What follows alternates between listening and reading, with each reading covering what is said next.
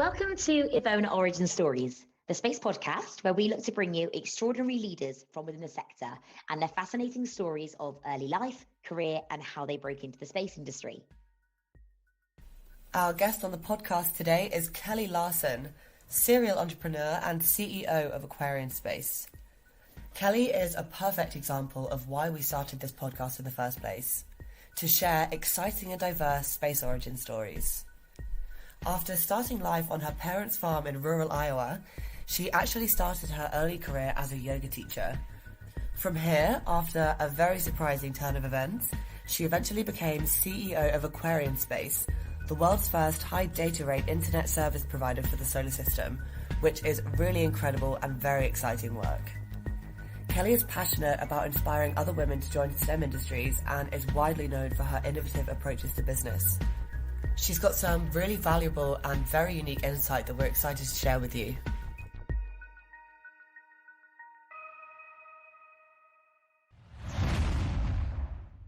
Hello. Hey Kelly, how you doing?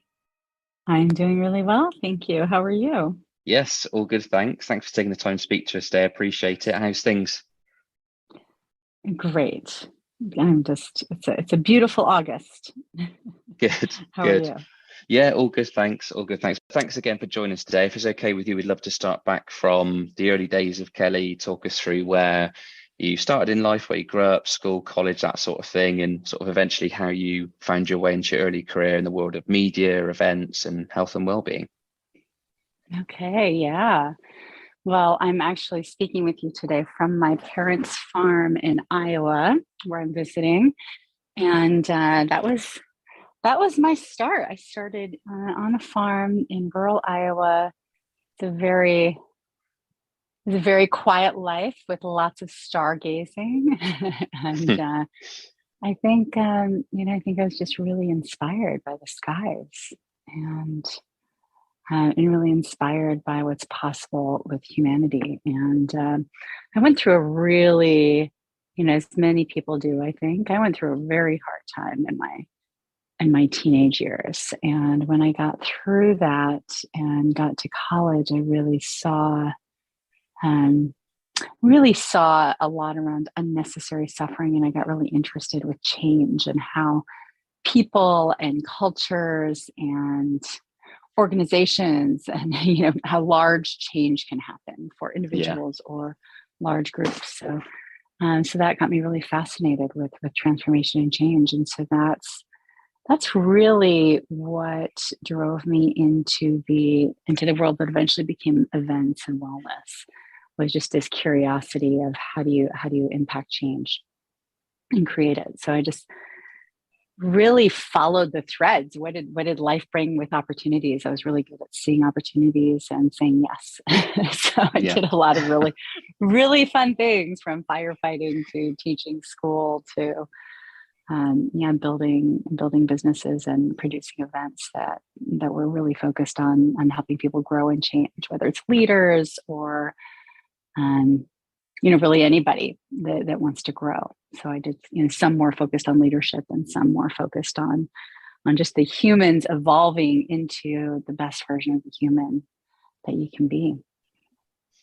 Amazing. Thanks for going through that. And one of the things that's really, really interesting about your profile is how you went from that type of industry and background and then transitioned into the space sector, which is one of the whole points of why we've done this show, is to talk about the origin stories of people like yourself that maybe don't typically come from a traditional type of industry or transition across into space. So we'll talk about your company, Aquarian Space, shortly. But before that, could you just kind of lead up and talk us through that pathway and how you transitioned from that industry and how you found space?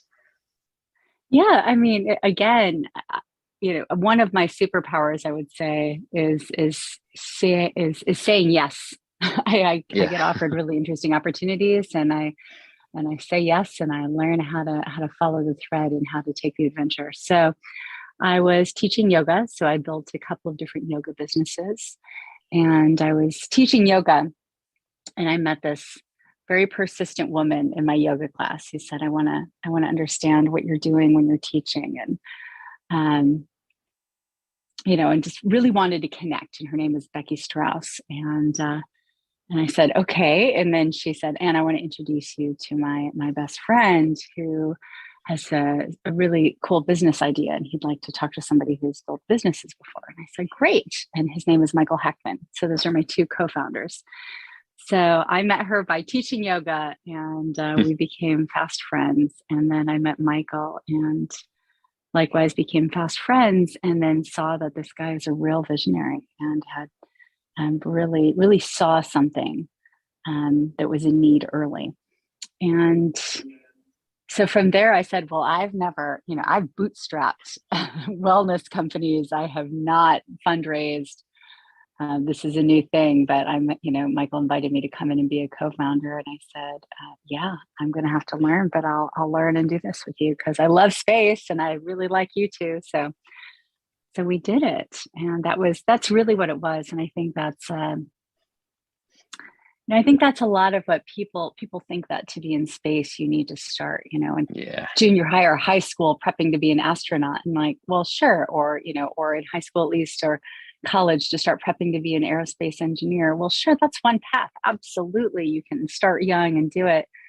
But, space is business. There's a business in space, and there's, for anything from, running a food truck to, starting a coaching business or a podcast, or, just any kind of business that you're going to build requires a lot of different skills. And so, there's still leadership necessary. There's still marketing necessary. There's still fundraising necessary. So I just, brought what I can do and then learned the things I needed to learn. And I came in and joined this team, and then eventually was asked to lead the team. So here I am years later.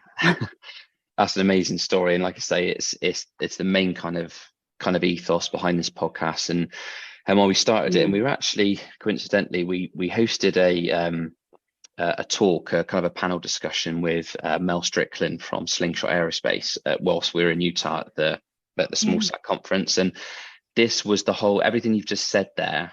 That was the kind of main ingredient of our discussion. That's just what we were trying to talk about, is how do you attract and retain diverse talent within the space sector? And the first thing is actually starting with humanizing it all, right? Exactly what you said. You don't have to be a rocket scientist or an astrodynamicist to get into the space sector. There's so many opportunities. It's so vast. Like you said, sales, marketing, whatever it is, there's an opportunity for everyone. So the hope is to do more and more episodes like this with people like yourself, so it encourages people in the next generation to, break down those barriers and want to get into space. Yeah, absolutely. Actually, I'm meeting with Mel tomorrow. I know her. Oh, amazing. We're in a female space CEO group together, and I think she's amazing and inspiring. So. Oh, cool. With Laura from Laura Crabtree. Yeah. Yeah. Mm-hmm. That's great. There's some great women in this group. And Sassy there's some great women in the space industry. Yep. It's Sassy. Yep, exactly. And Vanessa Clark. And there's a bunch of amazing women in there. Yeah. Oh, that's amazing. Yeah. We've known Mel for a while. She was on the podcast too, but I did the podcast also with Sassy a few weeks ago, and it was amazing. But she mentioned the group as well. So that's amazing. That's cool to hear. It's really, it's one of the most important things, I think, when we're looking at this. I mean, I think I might have just jumped over a question, but I'll say really quickly that I think that really connecting with other leaders in this space and other people in this space it's one of the most important things you can do with business. But with a business like space, there's no way we can do it without each other. And especially, we're talking about the moon over here at Aquarian. So there's space that's close to Earth, and then there's space that's like Moon and Mars, which is a kind of the next leap. So, but either way, what Sassy is doing is just it's such a technical leap forward to be able to do these, planes that are going to fly to Japan in 2 hours. These things we're doing are so big, we need each other. And I think it's really a good way to do business, to support each other and really move the ball forward for all of us. So yeah, it's amazing to have groups like this. Amazing. Great to hear. And I guess now that you're in space and have co-founded this business, Aquarian Space, would you just sort of take the opportunity to tell our listeners a bit about what Aquarian Space do, how they fit into the space sector, and it'd be cool. So once we understand that, where do you see the company being or growing over the next 5 years or so? Absolutely. Yeah. So Aquarian is the internet service provider for the solar system. So, the very simple way to describe it is that we are stringing relay satellites like cell phone towers through the solar system. So, instead of, trying to, be in Africa and reach a cell phone tower in Europe to make your call, which doesn't work very good or requires a lot of really strong equipment and a small signal, yeah, get the cell phone tower in Africa, right? So when our customers are on the moon, instead of having to send a signal all the way down to Earth and then they get, a much smaller signal, they can go through our relay and they get a much more powerful signal. So we're really changing the game so that our customers go from a slow dial-up speed experience with a very high demand and a bottleneck, so it's hard for them to get access to it anyway, to being able to just send large amounts of data 24/7 and have all the access they want to data. And why does that matter? Who cares if you have comms in space? Well, let's talk about that. If you're sending a robot, or let's say it's a robot in the form of a rover or a lander, or it's even a little payload that goes on one of those, whatever kind of amazing technology you're sending to space, what are you doing it for? You're doing it to get the data right now. You're doing it right now to figure out, what is this that we're trying to mine? Or, let's try to learn about, is there life out there? Or, let's understand the composite of this soil, this planet. They're going out there to get data. And so previously they've been getting back about a third of the data they want, and they get it really slowly. And that's with amazing technology. NASA has really spearheaded this. But, now we're in the next phase. So last year there were 13 orbiters, landers, and rovers on and around the moon. Right? So landers land, rovers roam around, and orbiters orbit, right? Those are satellites. So those are the three kinds of main vehicles that we deal with and spacecraft that we deal with. And by 2030, by the end of this decade, we're looking at around 200. And that's not assuming a huge amount of growth. So it's just the moon is about to just explode with business, and Mars is not far behind. So we're here to meet those customers' needs. They need communications to steer the spacecraft, to get the data back they're collecting, to function, and eventually for astronauts to, whether it's post their Twitter feeds or, communicate with families or send the data back that they're collecting. Yeah. All those things are needed. So that's what we're doing. A lot of moon selfies. There will definitely be moon selfies. And then where will we be in 5 years? In 5 years, it's really going to pick up. So it's, 22 as we're speaking now. So in 27, we're talking about, rovers big enough for humans to sit on them. We're talking about, people going to the moon. We're talking about big data hungry rovers on the moon that want to be sending constant streams of data. So we are in place servicing those needs. We have, by 2027, I think we'll have at least 3 satellites, possibly more, depending on our customers, what they need. We can scale with our customers. But definitely we should have 3 by 2027 doing, high data rate streaming. We can do 4K high definition video 24/7 for our customers. So that's pretty cool for people to watch from down here. Yeah, that's insane. That's amazing. Look forward to tracking the progress of Aquarian and seeing that. That sounds absolutely amazing. And I guess now that you've sort of embedded yourself into the industry for the past, 4 years or so, all of our guests give a different answer on this, but I'm keen to know what your thoughts and what is it you love most about being in the space sector now that, again, that you've been here for the last 4 years? What is it that you've kind of found about the sector that you love so much about it? Well, I think, there's 2 things I love about it. One is that coming from a background of building, yoga, wellness, leadership companies and events, I wasn't sure how I would be received. I thought I really liked Michael's idea of, I want someone from outside the industry to do the business side of this business.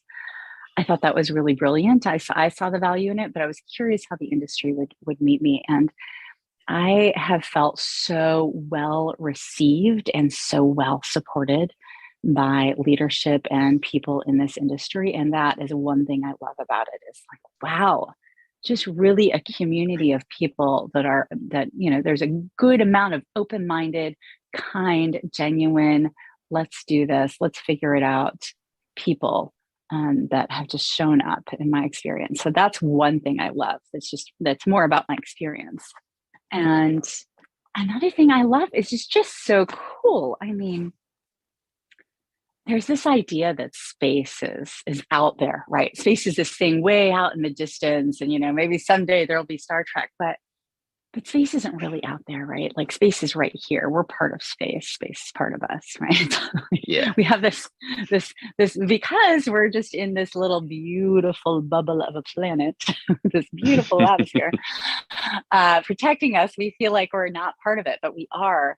And I think just the fact that it's getting more accessible right now, and it reminds us of the wonder of what we don't know, and the vastness of what we're really coming from and meeting beyond Earth. I think it's just one of the most beautiful parts of being human. It brings us back to our wonder.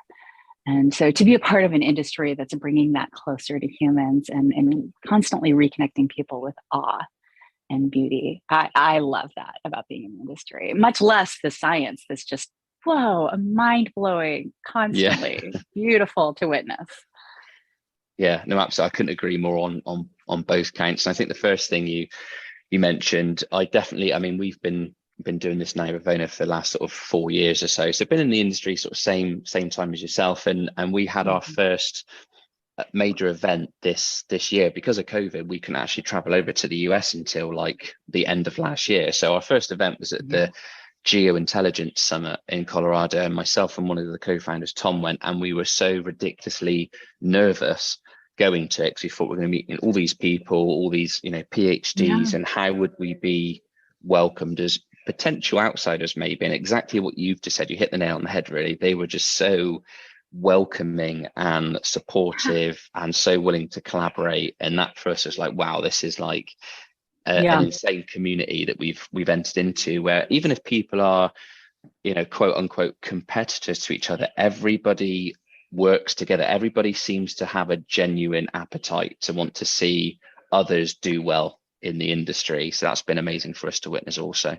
Yeah, or at least I think the majority, we're still all different flavors of humans in this industry, right? But like, the majority has been really kind and welcoming. I love hearing that you had the same experience. It's really, it's a pleasure, right? It's a pleasure to be part of a community like this. And then a community of a good amount of them, just like, they're space geeks.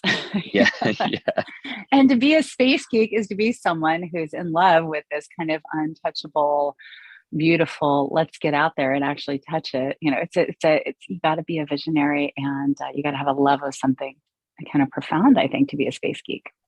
Yeah, no, absolutely couldn't agree more. And one of the, I've mentioned this a couple of times already, but one of the big sort of motives of us starting this podcast is to make space accessible for everyone. And one of the hot topics, I'm sure you've probably spoken to us about with Sassy and Laura and Mel and so on and so forth. One of the hot topics across not just space right now, but sort of STEM at the moment is diversity. So unfortunately the stats, they're not there. They're not anywhere where we need them to be. It's still kind of hard to believe. But as a female leader within the space sector now, what are your sort of thoughts on that? What are your thoughts on diversity in space? What do you feel we should be doing differently across the industry and at sort of STEAM level to try and impact change now, but also for future generations?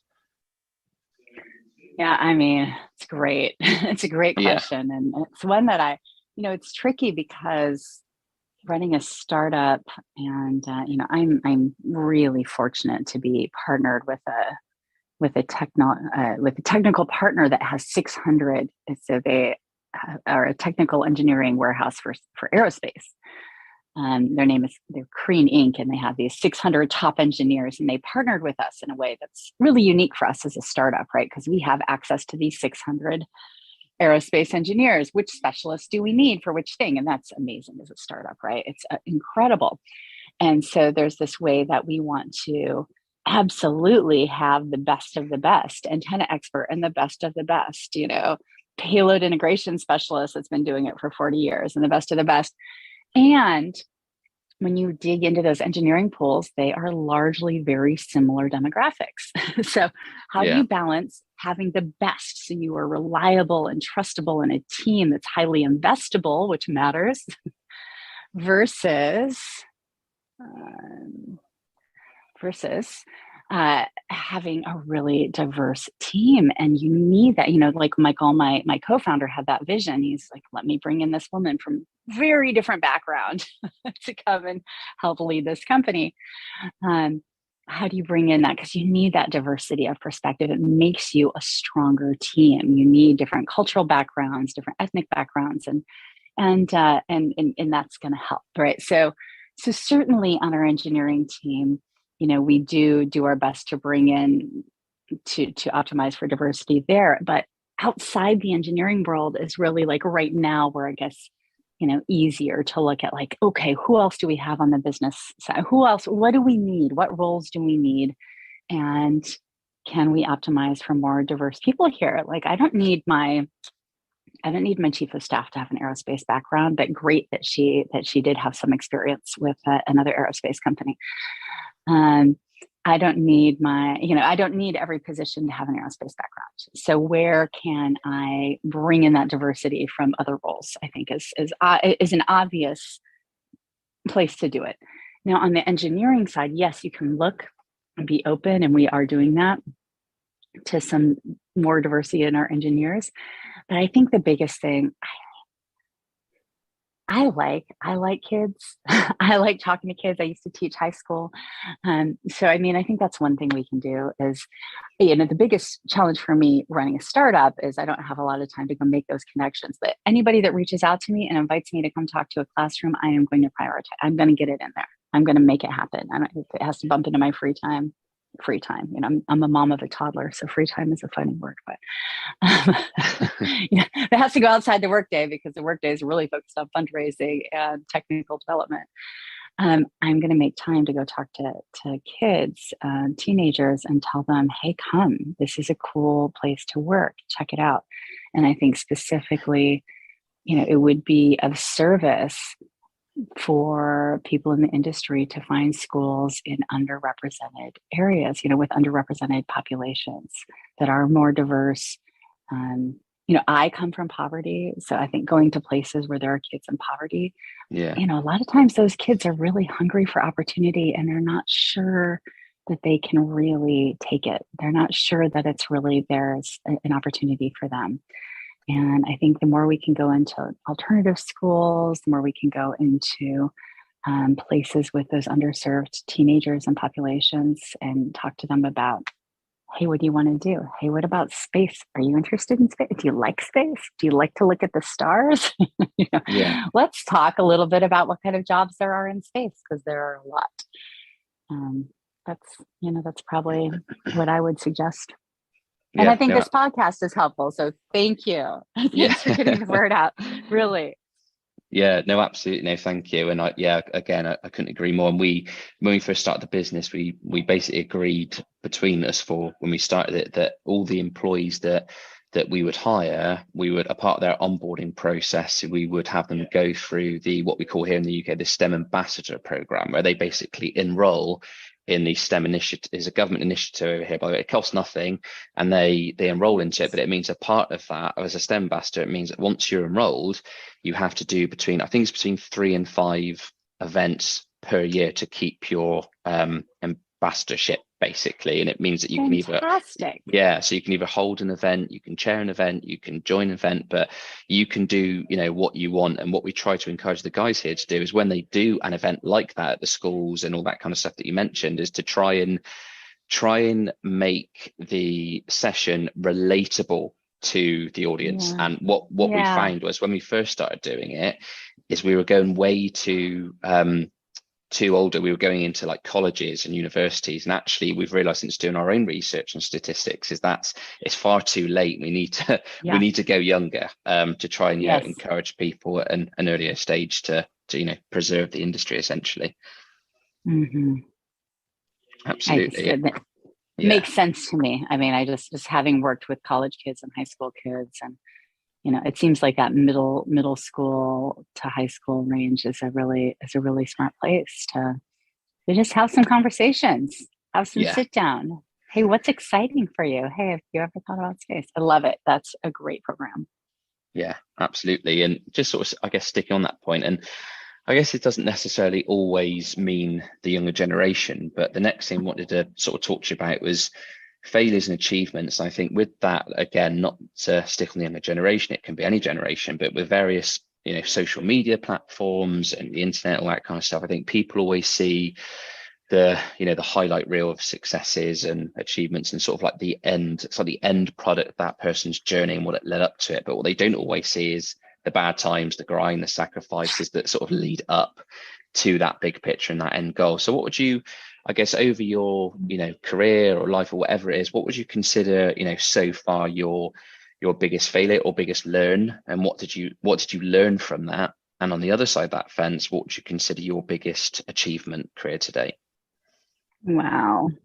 That's so many ways. There's so many ways, so many angles to answer this question. But, I'm really looking through the lens of Aquarian right now, because that's the big, big thing that's taken my attention for a while here. And probably certainly the biggest thing I've ever taken on, other than being a mother, which is, wow, huge.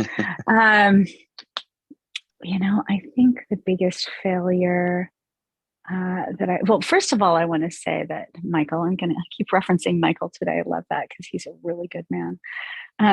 He taught me early on that a philosophy of his career is fail faster to get farther, fail faster to get farther.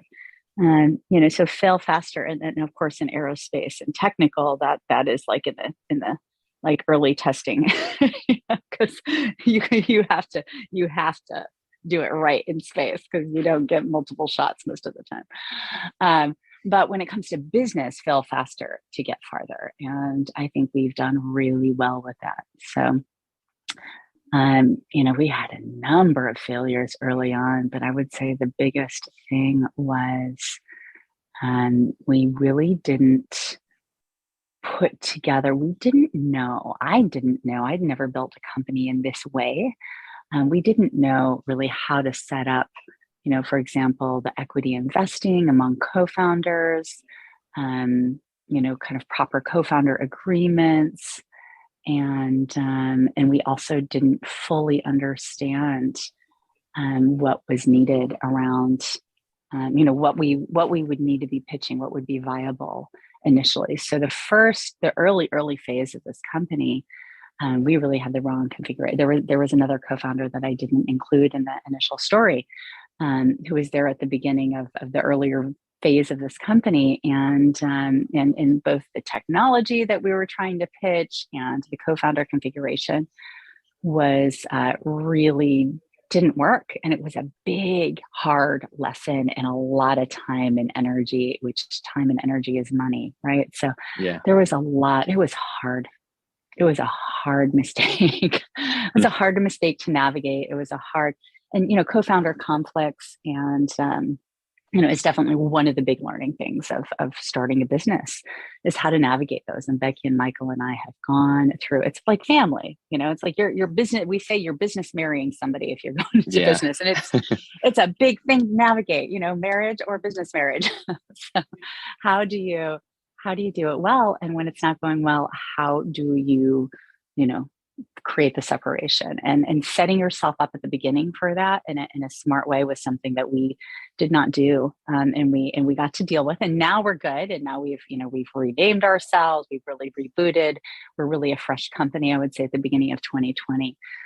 But those early learnings were, it was a big, hard failure and a phenomenal learning experience, both that and, with that, we also were going to market with an MVP that was just radically not the right fit for, being able to fundraise and get an MVP up there. So we really got to learn, like, okay, we need to think more creatively and less expensive for MVP.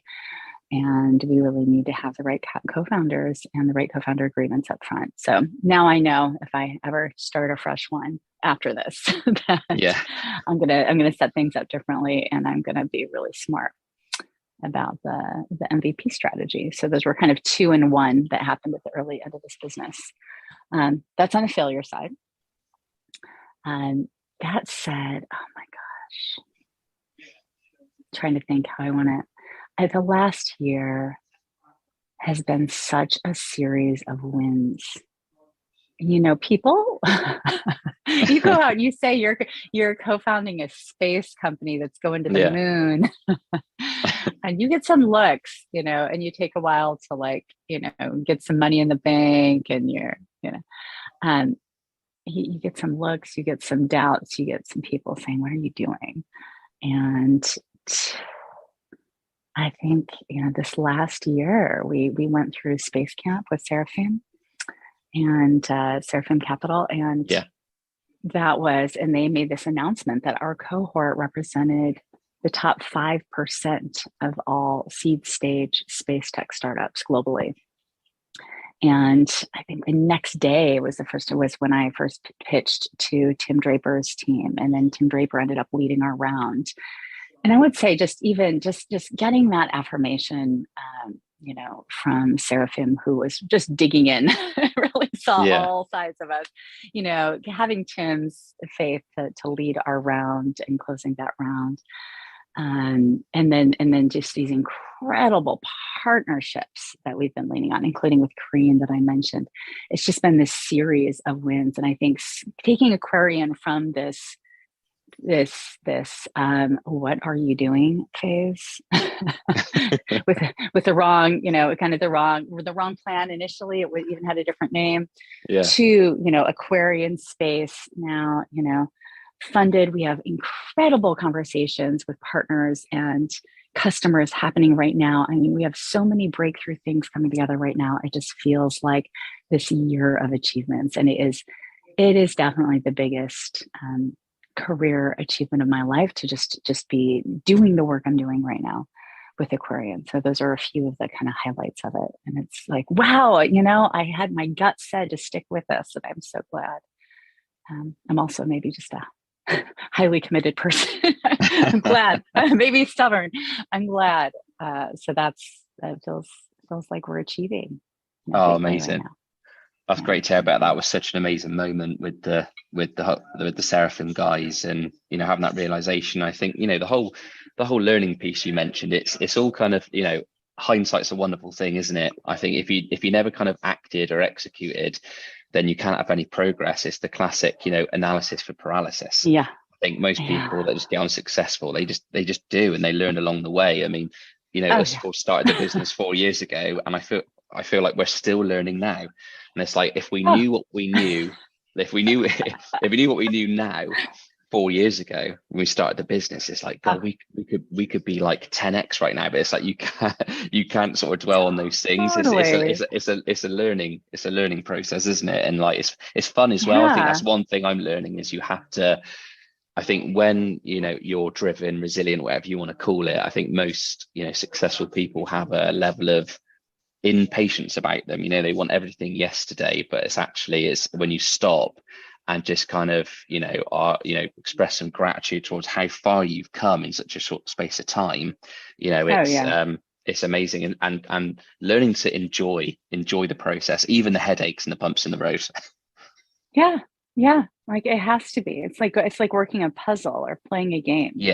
It's like you gotta have fun with it, right? And this is something I've really learned along the way. Again, being wellness teacher and leadership coach before this, and then also being a mom, I've had a really good journey with boundaries, and how do I take care of myself in this, and how do you enjoy it if you're not enjoying it along the way. I've watched friends do this, and it's a terrible recipe for burnout, and that's not good business.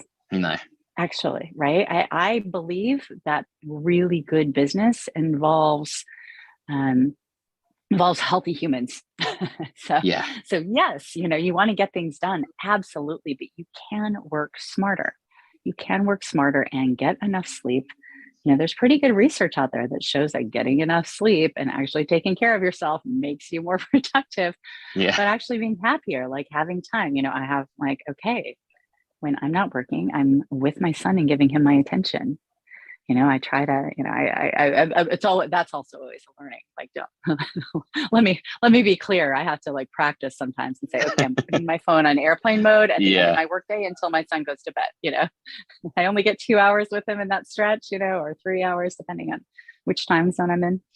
Oh, for sure. It's so tough because it's tough to switch. I mean, I've got 2 young daughters, and my eldest one now, not my 4-year-old, my 7-year-old now, is it makes you feel so guilty, but sometimes I don't even realize I'm doing it because you just kind of go into autopilot mode. And because everything is on your device these days, even around the office, she's like, Daddy, get off your phone, play with me, do this with me, do something. I'm like, oh, and then you just kind of have that parent guilt. So I'm still learning to do that now. What you're doing at the moment, I'm still learning to do, and having that time where you do just switch off and really are just 100% present with the kids.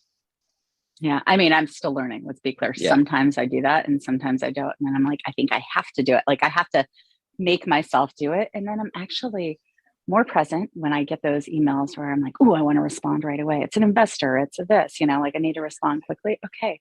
I can respond quickly right after I put this child to bed.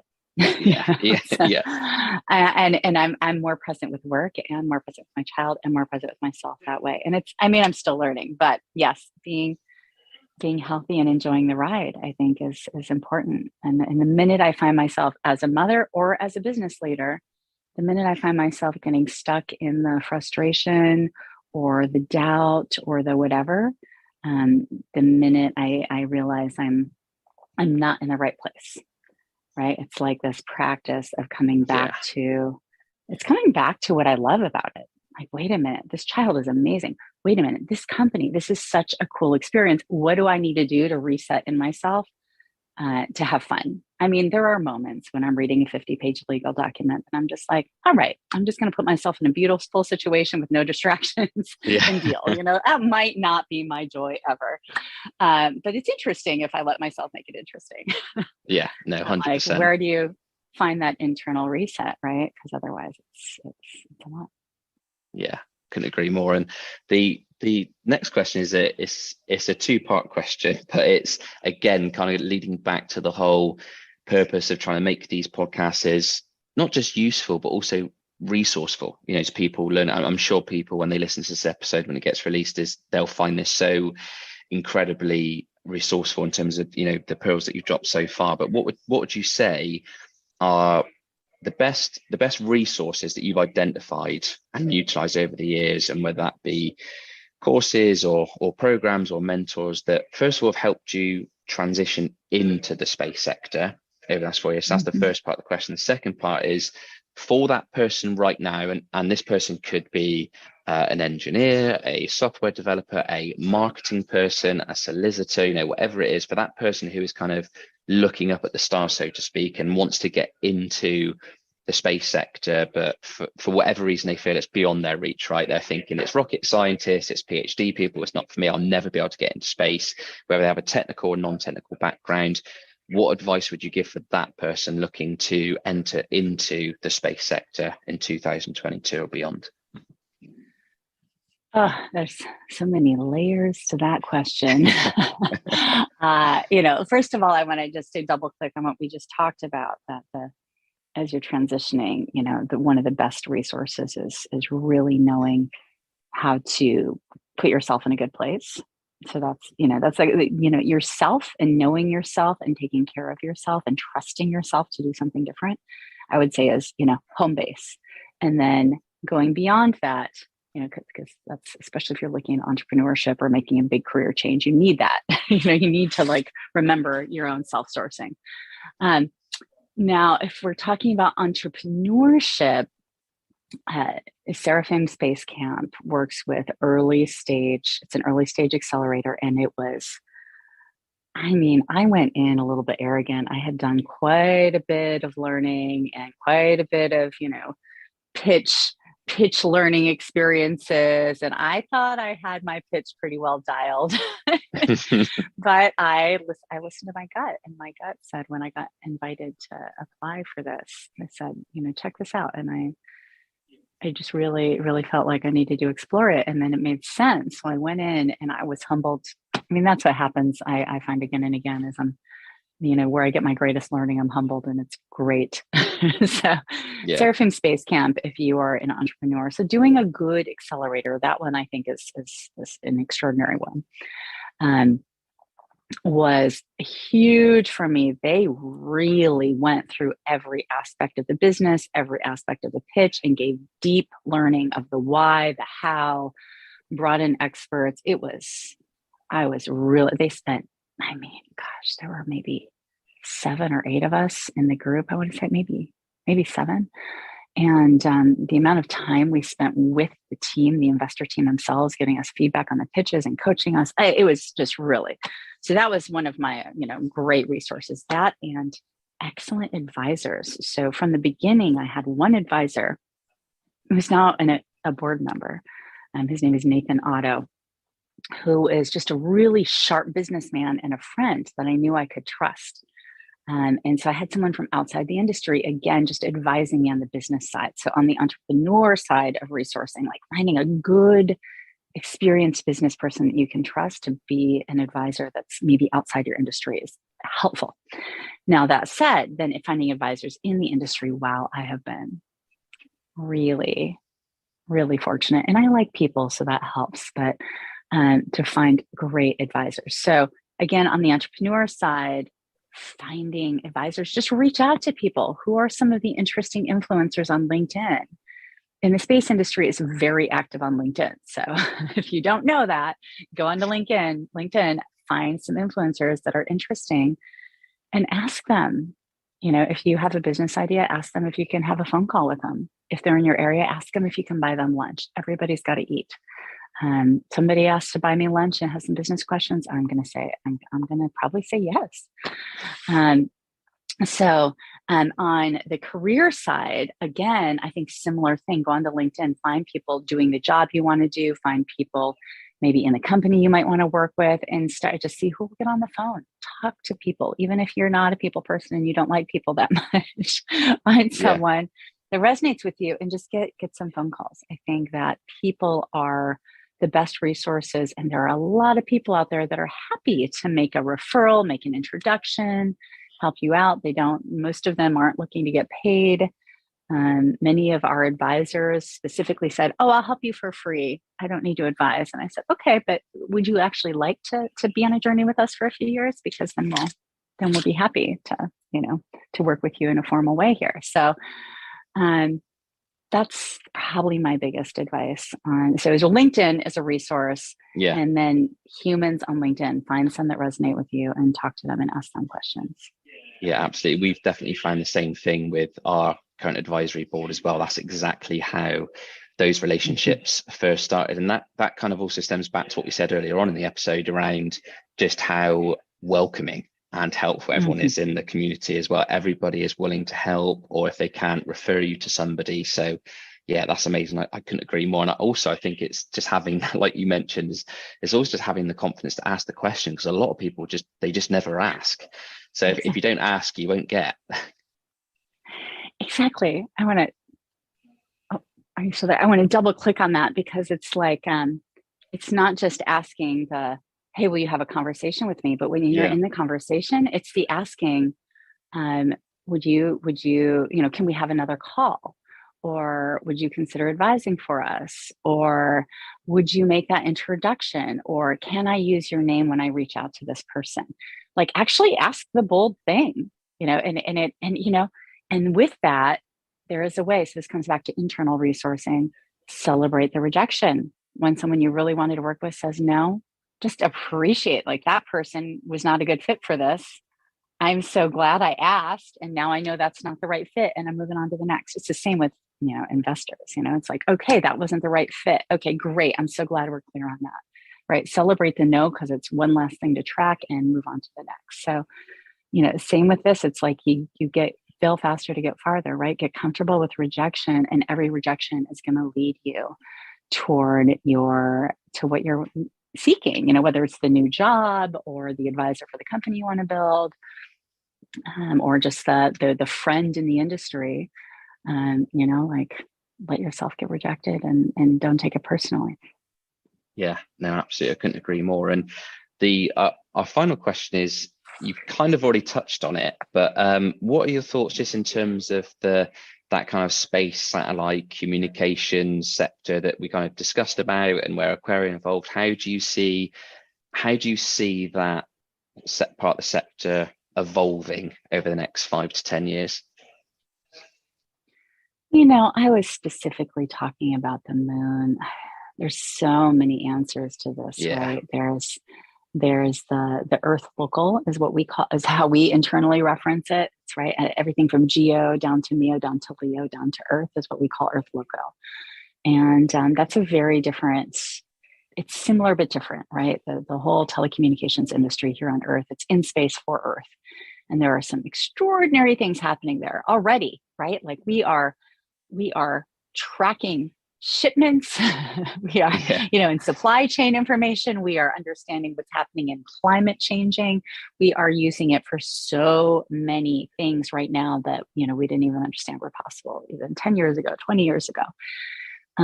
So there's a lot happening there. But, really what I know about is at the moon and then Mars. And, what I can say is that at the moon, things are picking up fast, that in 5 years, we are looking at a very high speed, high data rate, it would be more accurate, information superhighway between the moon and the Earth and then Mars. So we are creating this data superhighway. And so the first thing is to get the data moving, and then the next thing is to help to serve our customers, and what else, any other data services that they want support with. And so that's really what's coming. What's coming is that people are going to the moon and then Mars. It's happening, and they're going to start spending more time there. And there are people that are going to be producing the oxygen to fuel Starship to go back and forth. There are going to be real loads of, whether it's mining to, there are real industries happening. And so there will be a satellite infrastructure to support all of that happening really fast at the moon. And it is a monumental shift in the history of humanity for this to be happening in these next few years. So it can't be overstated as far as I'm concerned. Absolutely. It's so exciting to watch it. And Ravon, I think for me, is actually it's doing this. It's making the entire sector more accessible, and that that time frame that you mentioned as well. It's so exciting for me to see people that I know, that friends and family members and all that kind of stuff. Still now when I meet friends that I haven't seen for a while, or family members at a function, I tell them about the sector that I'm in and some of the companies that help staffing and scale what they do. They still kind of like, they're completely lost. They're like, isn't space just astronauts and rockets? And when you tell them about these types of things specifically and try to sort of, explain it to them, I think they feel that it's just, never going to happen. It's beyond reach and that kind of stuff. So I can't wait personally to see all these things and companies like Aquarian Space actually making this whole, sector more accessible for, the average civilian, and seeing it all grow. It's amazing to see. Yeah. Thank you. Absolutely. Yeah, well, it's fun. Yeah, it's super fun. And like I say, I just feel so grateful, and you've mentioned it a few times as well, to be a part of the community. But yeah, thank you so much for joining us today. I just want to take a moment to sort of recognize your time, and yeah, very, very thankful. This has been amazing. I've really, really enjoyed it. Can't wait for everyone to hear this episode. Thank you ever so much for taking the time to join us today. Thank you so much, Richard. Really a pleasure to connect with you. And I'm a big fan of what you're doing and a big fan of this podcast. So thank you. Thank you for your time and for your mission. No worries. Thanks, Kelly. Take care. You too. Bye.